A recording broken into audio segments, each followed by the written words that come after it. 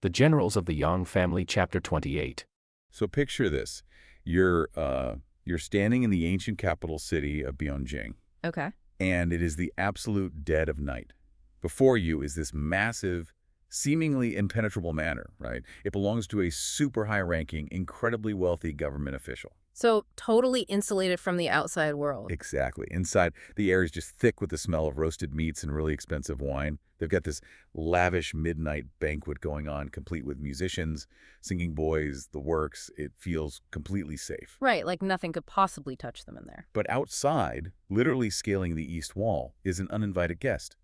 And this guest is harboring a deeply personal, incredibly lethal grudge. Yeah, and within minutes, this whole scene of luxury is going to, well, completely transform into a chaotic, blood-soaked nightmare, one that honestly shakes the entire empire to its core. It really does. And just to give you a sense of what we're looking at, this isn't simply some, true crime story about a murder. Yeah. It's a meticulous record of a targeted assassination that just spirals spectacularly out of control.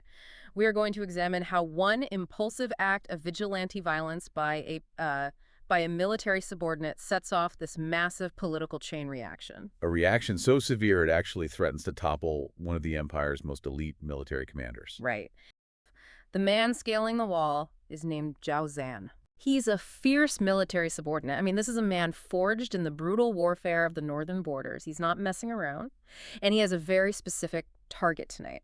The official throwing the banquet, Xi Jinwu. Right. So, Zhan makes it over the east wall, lands quietly in the back garden, and slips completely unnoticed into the kitchen. And here's where the stealth mission just immediately evaporates into sheer brutality. Yeah. Because there's a young maidservant in the kitchen. Yeah.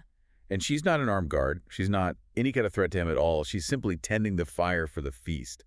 And Jiaozhan just pulls a sharp knife from his leather boot and kills her. It's so sudden. It is. And I have to ask, why? I mean, if he's a trained military man on a stealth mission, why murder a random civilian who hasn't even noticed him yet? Well, it highlights the terrifying reality of covert operations in this era. For a man like Zhan, who operates in these life-or-death border skirmishes, there's really no such thing as an innocent bystander in enemy territory. It's liabilities. Exactly. To him, the maidservant represents a potential scream, a scream that brings the manor guards down on him before he even reaches his target. So he eliminates the variable, and he doesn't just silence her. No, he doesn't. He takes her severed head. Yeah. He literally takes her head, marches straight out of the kitchen, and strides right into the main hall where Xi Jinwu was drinking. Oh. Totally oblivious, surrounded by his musicians. Just a horrific image. And Jiazan doesn't, sneak up behind him to do this quietly either. He takes the maid's severed head and hurls it directly at Xi Jinwu's face. Right, and the text notes that she is suddenly just covered in blood, utterly panicked. He starts screaming for his guards, shouting, "There's a thief! Where is everybody?" But the guards scatter. They completely panic. So Zhao Zan steps forward, completely dominating the room. He curses Xi as a treacherous court official, demands to know, "Do you recognize Zhan today?" Which is such a dramatic villain line. Totally. Yeah. And before Xi can even process what is happening, Zhao Zan sweeps his blade and beheads the official right on the spot. The target is dead. The mission is accomplished. I mean, technically, yes. The musicians and the surviving staff scatter in absolute terror, leaving Zhao Zhan completely alone with the body of his enemy. Okay, let's unpack this, because this is where Zhao Zhan loses me completely. Mm-hmm. Up to this point, you could kind of view him as a rogue agent carrying out a hyper-specific hit, right? This is like a hitman crashing an exclusive gala. Right. But instead of an immediate stealthy exit once the target is down, he goes entirely off script. The text says he kills until his hands are nimble with it. He literally catches a bloodlust. It's just a total massacre at that point. Yeah, he charges into the private chambers and slaughters the entire household. 13 people in total. Men, women, young, old. He wipes out the entire family. And I'm just sitting here thinking, why? If his grudge was just against the corrupt official, why massacre the innocents? What's fascinating here is how the source material frames this exact tragedy. The text actually includes a specific poem to contextualize the massacre. Oh, really? What does it say? Well, the poem essentially says that Xi Jinwu spent his entire career plotting to frame and trap others, but ultimately he only trapped himself. The narrative points out this grim irony. Right. Xi was a man who relied heavily on his wealth and his status as a high-ranking court minister. He thought that would shield him from the consequences of his political ruthlessness. But a political shield doesn't exactly stop a physical sword. Precisely, and the poem explicitly asks who pities the one who relied on wealth and status, but then it delivers this absolute gut punch, pointing out that the old and the young, his entire family, were slaughtered because of him. Wow. So they're blaming the victim, in a way. Well, the text doesn't excuse Zhao Zan's horrific actions, but it does place the ultimate blame for the vulnerability of that family squarely on Xi Jinwu's own corrupt political machinations. Yeah. In the zero-sum game of imperial court politics, collateral damage wasn't viewed as a tragic accident. It was the brutal, inevitable cost of doing business. Xi made enemies of ruthless men, and his family paid the price. Man, it is a staggering escalation. 13 people dead. This lavish manor is now just a slaughterhouse. And then, as if the massacre wasn't enough, we transition to Zhao Zan's post-murder behavior. Which is why It is honestly one of the most bizarre psychological reactions I've ever encountered. It's approaching midnight. He is surrounded by 13 corpses. And what does Zhao Zan do? he gets hungry. Yes. He sits down at the banquet tables and casually helps himself to a massive, luxurious meal. He sits in the blood-soaked hall, eating the dead man's food. It speaks to a chilling level of psychological detachment, doesn't it? The adrenaline of the massacre fades and his physical hunger just takes over. But he doesn't just eat and run. No, as he's preparing to finally leave, a surprisingly practical thought crosses his mind. He realizes that Xi Jinwu is a highly visible official in Bianjing. If Zhao Zan just vanishes into the night, the local authorities are going to face the absolute wrath of the emperor. Oh, right, because someone has to take the fall for a high-profile murder. Exactly. Innocent locals, perhaps the surviving servants or neighborhood watchmen, will inevitably be tortured and executed as scapegoats just to close the case. So he decides to leave a confession. He actually wants to take the heat. He dips his fingers in fresh blood, and he writes a massive 2-line poem right on the door of the manor. And that bloody note is deeply steeped in the mythology of the era. He writes, "Heaven has the 6 Ding and 6 Jia gods. Earth has the golden spirits and 7 devils." Sounds incredibly intense. It is. To understand this, you have to know that the 6 Ding and 6 Jia gods are powerful martial deities in Taoism. They govern time, space, and war. Yeah, so by invoking them, alongside the spirits of the earth, Zhao Zan is essentially summoning the forces of heaven and the underworld to act as his spiritual witnesses. He's making a cosmic oath that what he is about to write is the absolute truth. Okay, so here's where it gets really interesting, because the next line is supposed to be his big confession. The bloody note concludes, "If you ask who the killer is, come find Zhao Qi and Zhao Ba." Right. I'm looking at this like a modern investigator, and I am baffled. I mean, if he wants to save the innocent locals by clearly taking responsibility, why on earth would he write a riddle naming Zhao Qi and Zhao Ba, which translates to Zhao 7 and Zhao 8, instead of just signing his actual name, Zhao Zan? It definitely seems counterproductive at first glance. Right. It's less like a standard confession and more like a modern-day comic book villain leaving a cryptic riddle for the authorities. Or like a hacker leaving a specific complex line of code in the architecture of a massive cyber attack. Oh, that's a great comparison. It's a signature designed to mock the authorities, proving they were there, while daring the government to try and breach their firewall to catch them. That is an excellent way to look at it. If we connect this to the bigger picture of outlaw culture and military bravado, it makes perfect sense. Zhao Zan isn't some bureaucrat filling out a police report. No, definitely not. He's a warrior who just committed a legendary act of defiance against a corrupt civilian government. The use of Zhao Qi and Zhao Ba is a massive taunt. It's a play on his name that basically says, it was the Jia clan. He is mocking them. Exactly. He is daring them to march their pristine imperial guards all the way up to his rugged stronghold at Jeroshan to find him. But that bloody signature backfires completely, doesn't it? By trying to taunt the local authorities, Zhao Zan inadvertently hands the ultimate political weapon to the exact corrupt faction he despises. He really does. By dawn, the night watchmen discover the scene. A coroner copies the bloody text, and the capital is thrown into a complete uproar.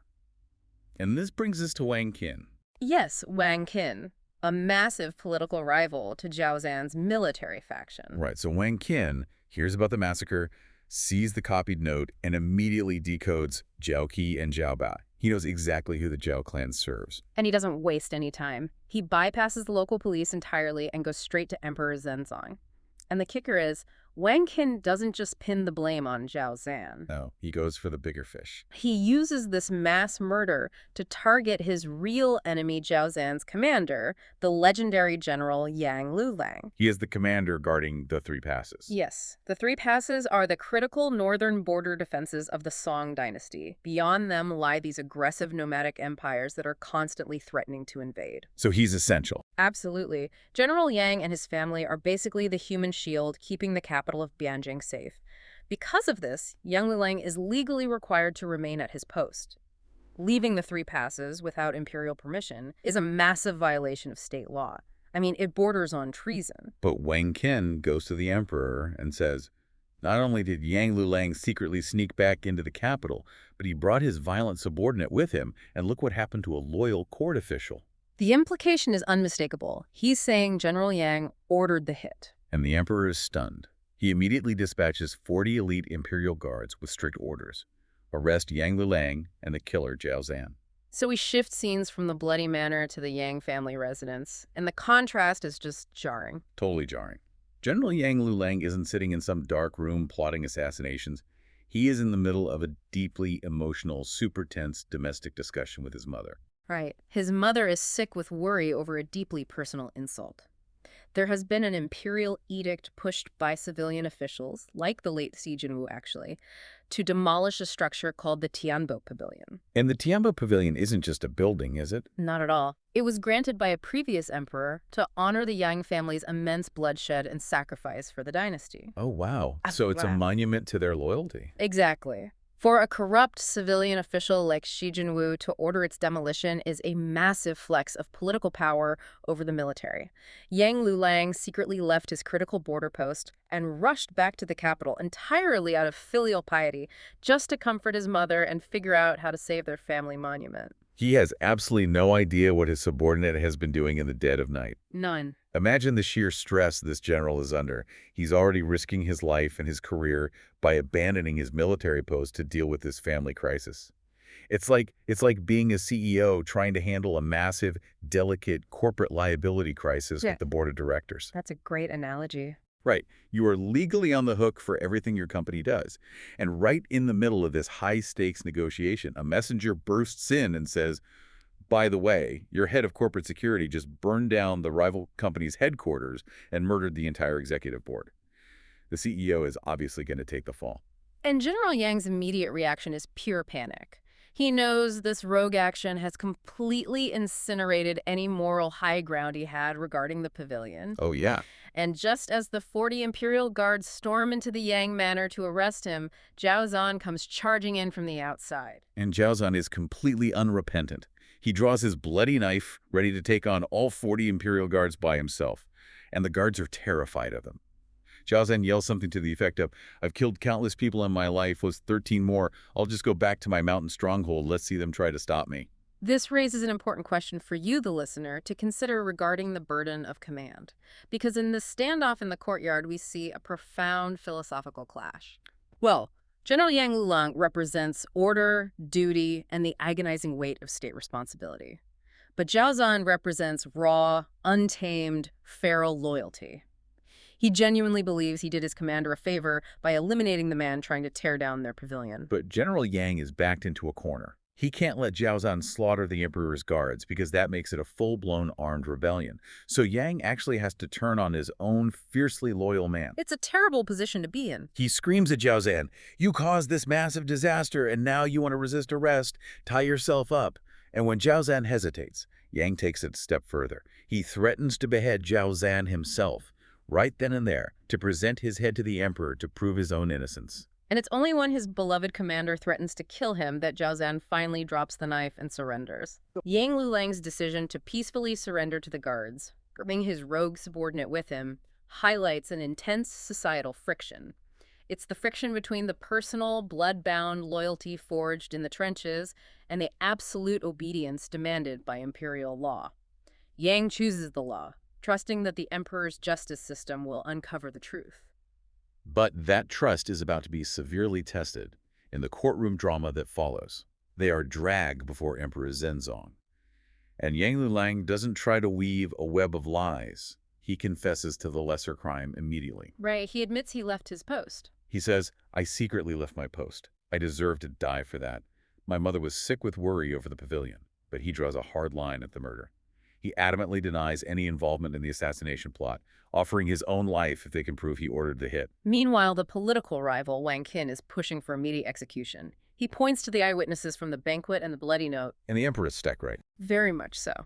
The emperor is hesitating, caught between the strict letter of the law and the reality that Yang Liulang is the only thing keeping the northern invaders at bay.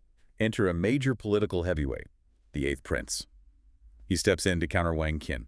The 8th Prince is a powerful member of the royal family.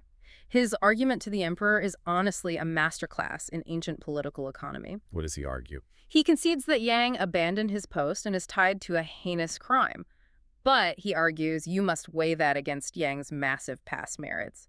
Yang has guarded the 3 passes. His family has literally bled for the empire. The 8th Prince argues that those past military achievements should act as literal currency to buy him leniency now. And the emperor agrees. He decides against immediate execution and passes the sentencing down to the judicial office. But this is where the system's fatal flaw is really exposed. Because of Wang Qin. Yes, Wang Qin, furious that he didn't get an execution, exploits the flexibility of the penal system. He secretly meets with the chief judge, a man named Huang Yu. Wang Qin bribes and pressures this judge, who is already a political ally of his. They know they can't override the emperor's call for leniency, but they can dictate the exact terms of the punishment. Right. So the judge drafts the sentences, the emperor rubber stamps them, and we get a verdict that reveals everything about how this society functions. General Yang Liulang, a legendary military commander whose tactical genius basically holds the borders together, is spared execution. Instead, he is exiled to a place called Ruzhou to do hard labor. And the specific labor is fascinating. It's so weird. He is ordered to manufacture exactly 200 vats of official government wine every single year for 3 years. I have to admit, I am completely baffled by this. Why wine? It seems absurd, but it is incredibly calculated. During the Song Dynasty, the production and sale of wine was a massive state monopoly. Oh, really? Yeah, it was a primary revenue stream for the government. By sentencing Yang Liulang to run an imperial winery, they're forcing a high-ranking military aristocrat to perform menial blue-collar labor just to line the state's coffers. Yeah. It is a profound public humiliation. Wang Qin is neutralizing his rival not by killing him, but by stripping him of his dignity and his command. It's basically character assassination by bureaucracy. But wait, hang on a second. I get Yang Liulang using military merit as a shield. He's a legendary general. But what about Zhao Zan, the man who actually slaughtered a family of 13 and wrote a bloody poem? Zhao Zan is also spared the death penalty. How? I mean, how does a subordinate grunt have enough merit currency to buy his way out of executing 13 people? Well, in this military culture, merit is somewhat collective. Zhao Zan has fought alongside the Yang family on the borders for years. He is recognized as a lethal asset to the state. So he's too useful to kill. Exactly. Soldiers like him are viewed less as individual citizens subject to moral laws and more as vital state machinery. The judge commutes his death sentence to penal military service, exiling him to a different location, Dingzhou. It's unbelievable. Furthermore, Wang Qin doesn't actually care about achieving justice for Xi Jinwu's dead family. He just wanted the Yang faction out of the capital. Yang Liulang is the shield of the realm. I mean, he is a universally revered military commander. Things aren't going so well for him. No, they are not. He is being stripped of his immediate power and exiled to a provincial command called Ruzhou. And he's being exiled because of a murder he didn't even actually commit. Exactly. His fiercely loyal but highly volatile subordinate, Zhao Zan, just assassinated a notoriously tyrannical figure in the capital named Xi Jinwu. And Zhao Zan did it out of righteous anger, but in a rigid imperial system, the commanding officer has to take the fall. Which puts Liulang in a fascinating position. Okay, let's unpack this. He's trying to absorb the political damage to protect his man and his family, right? Right. Before he leaves the capital of Bianjing, he has this heart-wrenching farewell with his mother, Shi Taijun. He essentially has to hand over the protection of his family to a powerful political ally, the 8th Prince. Because Liulang himself is now a liability. He is a massive liability, so he hits the road to exile alongside that very same subordinate, Zhao Zan. Because Zhao Zan is also being exiled, sent off to a different distant outpost called Dengzhou. Right. But the way these two men process their punishment gives us the first major conceptual key to this story. Which is the physics of loyalty in a corrupt system. Exactly. Let's look at Zhao first. I mean, he practically laughs off his exile. He does. He openly tells Liulang that he has zero intention of going to Dengzhou. He's just going to head back to their military fortress at Sangwon, rally their seasoned troops, and wait to launch a rescue mission for Liulang. He's basically going completely rogue. Totally rogue. Zhao Zan fundamentally rejects the authority of a system he views as broken. I look at Zhao Zan, and he operates like a surge protector in a modern workplace. Oh, I like that analogy. Right. The moment there's a threat or an injustice, like Xi Jinwu's tyranny, he trips immediately and violently to stop it. He doesn't care if it burns out the circuit or gets him fired. He just wants to burn the building down. Exactly. Huh. But Liulang, he acts like a battery. He tries to absorb and store all that systemic damage himself until he overheats. He's the rule follower who insists on trusting HR. Yeah, Liulang insists on trusting the process. He commands Zhao Zan to obey the emperor's decree, go to his assigned exile, and just wait for an official pardon. Warning him that rebellion will only bring heavier punishment. Right, because Liulang's core belief is that his flawless record of service will eventually be recognized by the institution. Which is a noble instinct. It is. So let's trace Liulang's arrival in Ruzhou. The text notes he arrives during the late summer and early autumn. The weather is turning cold, the landscape is shifting. It perfectly mirrors his sudden drop in status. Now, Ruzhou isn't some desolate wasteland. It's a functional provincial hub. And the local prefect, Zhang Ji, recognizes exactly who just walked into his jurisdiction. Prefect Zhang Ji doesn't see a convicted exile. No, he sees the only general capable of keeping the northern barbarians from slaughtering them all. So Zhang Ji wants to protect Liulang, and he makes a calculation. He gives him a cushy job. He assigns Liulang a highly vital, relatively comfortable administrative job, supervising the official state-sponsored winemaking at the Wannan relay station.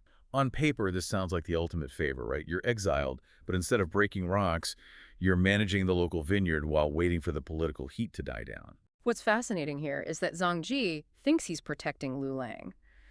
But that is where Zhang Ji fundamentally miscalculates the mechanics of power. How so? We have to understand what wine represented in this era. It wasn't just a beverage, it was a state monopoly. Oh, right, the taxes. Exactly. The revenues from state-produced wine were massive, and they flowed directly into the imperial treasury to fund public works and, crucially, the military. So it's the lifeblood of the empire's economy. It is. So by putting Liulang in charge of an economic pillar, Zhang Ji thinks he's wrapping him in institutional armor. But really, he's just painted a massive glowing target on Liulang's back for the villains in the capital. Precisely. Let's look at the antagonists, Wang Qin and Huang Yu. Yeah. They want Liulang permanently removed. But they face a structural problem. Liulang is a universally recognized war hero. Right. You cannot accuse the realm's greatest general of cowardice or battlefield incompetence. The troops wouldn't believe it, the public wouldn't buy it, and the charge wouldn't stick. Yeah. This reveals the first rule of asymmetrical political warfare. If you can't beat your enemy on their home battlefield, you completely change the battlefield. So Wang Qin and Huang Yu realize they can't attack Liulang's military record. They pivot and attack his new civilian job. And it is a breathtakingly malicious bureaucratic trap. Huang Yu proposes that they accuse Liulang of relaxing the strict state laws on wine production. Accusing him of embezzling the state's wine, right? Yeah, and selling it on the private market to fund his own personal escape from exile. Wow. So it's not a minor administrative violation, it's treason by accounting. Treason by accounting, exactly. They're accusing the general of actively starving the treasury that funds the very army he claims to serve. That shifts the entire paradigm. It shifts it perfectly. And when this accusation reaches the emperor, the reaction is explosive. He just loses it. Totally. The emperor completely bypasses any formal investigation or trial. He immediately summons Huanzan and orders him to ride out to Ruzhou, execute Liulang, and bring back his severed head. Okay, wait. The emperor just snaps and orders a beheading over some wine taxes, despite everything the Yang family has done. I know, it sounds extreme. Because just weeks prior, he was willing to forgive the Yang family for a literal murder in the streets of the capital. Now, over an unproven allegation of tax evasion, summary execution, how does the math work on that? Well, it makes perfect sense when you look at the underlying psychology of an absolute ruler. Think about the political capital the emperor spent pardoning Liulang for Zhaozan's murder. He stuck his neck out. Right. In his mind, he was being incredibly magnanimous. He honored the Yang family's past military merits. He gave them grace. Yes. So when Wang Qin and Huang Yu feed him this story about the wine embezzlement, the emperor doesn't just see a financial crime. He takes it personally. He sees his personal mercy being thrown right back in his face. It is an intolerable insult to his authority. And beyond the bruised ego, touching the state monopoly threatens the economic foundation of the throne itself. Exactly. In the emperor's calculus, an internal dispute between nobles is a headache. But threatening the state treasury, that is a fatal infection. That brings us to the morning court session in the capital. The 8th prince, who promised to protect the Yang family, tries to use the official channels to defend Liulang. But the emperor shuts him down instantly. He throws the previous murder right back at the 8th prince, effectively saying, "You defended this family when they slaughtered my minister. You have zero credibility on this." The front door of official justice is slammed shut and deadbolted. Which is the exact moment the narrative evolves from a political drama into a full-blown shadow conspiracy. Because when the official rules guarantee your destruction, your only option is to rewrite the rules in the dark. Enter Kuzun. Kuzun is a brilliant, highly pragmatic strategist. He watches the 8th prince fail in open court. But Kuzun doesn't try to argue with the emperor. Instead, he looks at the specific mechanics of the execution order. And he spots a massive, vital loophole. A huge one. He pulls the 8th prince aside and points out one detail: the man the emperor just dispatched to behead, Liulang, Huyanzan, is actually deeply loyal to their faction. Oh, wow. That changes everything. That realization triggers a massive escalation. We are no longer talking about legal defense. We are talking about high treason. If we connect this to the bigger picture, you have to ask yourself why Kuzun, the 8th prince, and Huyanzan men at the absolute pinnacle of society would risk their own necks. Why risk the execution of their entire extended families to openly defy a direct imperial decree? It's because of the northern barbarians. They're looking at a reality the emperor is currently blinded to by his own rage. Right, exactly. And northern barbarians are an existential, constantly looming threat. These conspirators realize a stark mathematical truth. The survival of the nation relies entirely on keeping its best general alive. So they're willing to break the law, to commit undeniable treason, because they believe the security of the state overrides the emperor's tantrum over wine taxes. It's a national security override. So the network activates. Huyanzan rides to Ruzu with this lethal imperial decree in his pocket, and he immediately holds a secret meeting with Prefect Zhang Ji. He explains the reality of the situation, and Zhang Ji, who we know already deeply respects Liulang, is all in. They immediately agree to fake Liulang's death. But they hit a brutal logistical wall. If Huyanzan goes back to the capital empty-handed, they all die. Right, they need a body.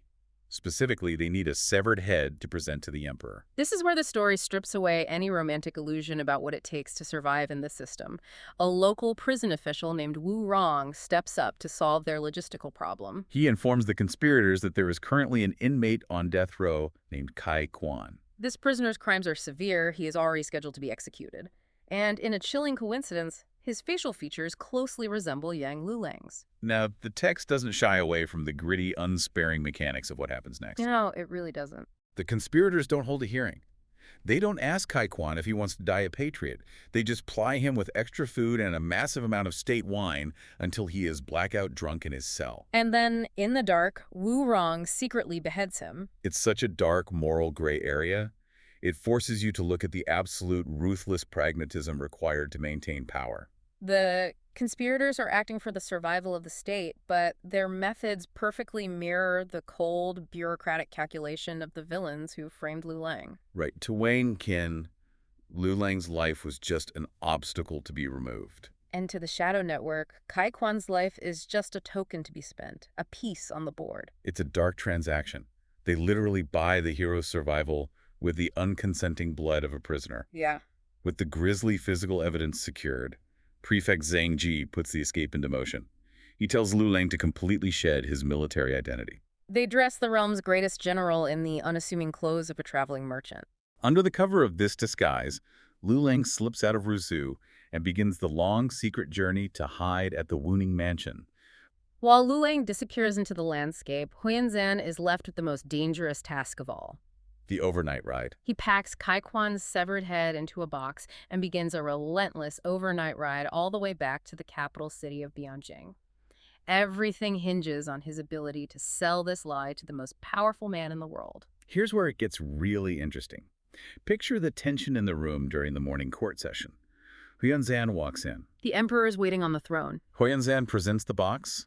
The text tells us the emperor doesn't just nod from afar. He personally steps down from the throne to inspect the head. The emperor knows Liulang's face. He is staring directly into the lifeless eyes of Kai Kwan, looking for any sign of deception. And the bluff holds. It does. The emperor's own confirmation bias works against him. He expects to see a dead Liulang, and the resemblance is close enough that he believes it. He officially declares the matter settled. But the 8th prince is standing right there, and he realizes they are still in extreme danger. The head is a ticking time bomb. Exactly. If the emperor decides to mount that head on a pike in the public square as a warning, it's only a matter of time before someone with sharper eyes notices. Like a rival faction member or a close friend of the Yang family, they'll look up and realize the bone structure is wrong. The evidence has to be destroyed, so the 8th prince has to figure out how to ask the emperor for the head without sounding suspicious. And he does it by executing an absolute masterstroke of psychological manipulation. He plays on the emperor's ego, right? Yes, he doesn't ask for a favor. He offers the emperor a public relations victory. Right. The 8th prince steps forward and essentially says, "Your Majesty, your absolute justice has been served, the law is upheld, but consider your legacy. Show the realm how magnanimous you are." Allow the famously loyal Yang family to take this head and bury it with dignity. It proves to the entire empire that while you punish corruption, you never forget the past sacrifices of your heroes. It is a flawless bureaucratic maneuver. He frames the disposal of the evidence as a political win for the throne. The emperor gets to feel incredibly powerful and incredibly merciful at the exact same moment. The emperor completely buys the spin. He agrees, hands the box over to the royal guards, and orders them to deliver it directly to the Yang family's ancestral home. And this is where the narrative loops back around to deliver its most tragic irony. Because the political victory of the Shadow Network comes at an agonizing emotional cost to the very people they are trying to protect. We saw Liulang having that tearful, desperate goodbye with his mother, Shi Taijun. Right, at the Tianbo Pavilion. Now, mere weeks later, the royal guards arrive at her door holding a box. Shi Taijun is not part of this secret conspiracy. She doesn't know about Kozin's loophole or the death row inmate or the merchant disguise. When she opens that box, she believes the absolute worst has happened. She believes that the empire her family bled to protect has finally consumed her son. The text details how the entire Yang household falls into a state of deep, hysterical mourning. They take the head of a complete stranger, they hold a full, honorable funeral, and they weep bitterly. Completely unaware that their beloved Liulang is still breathing.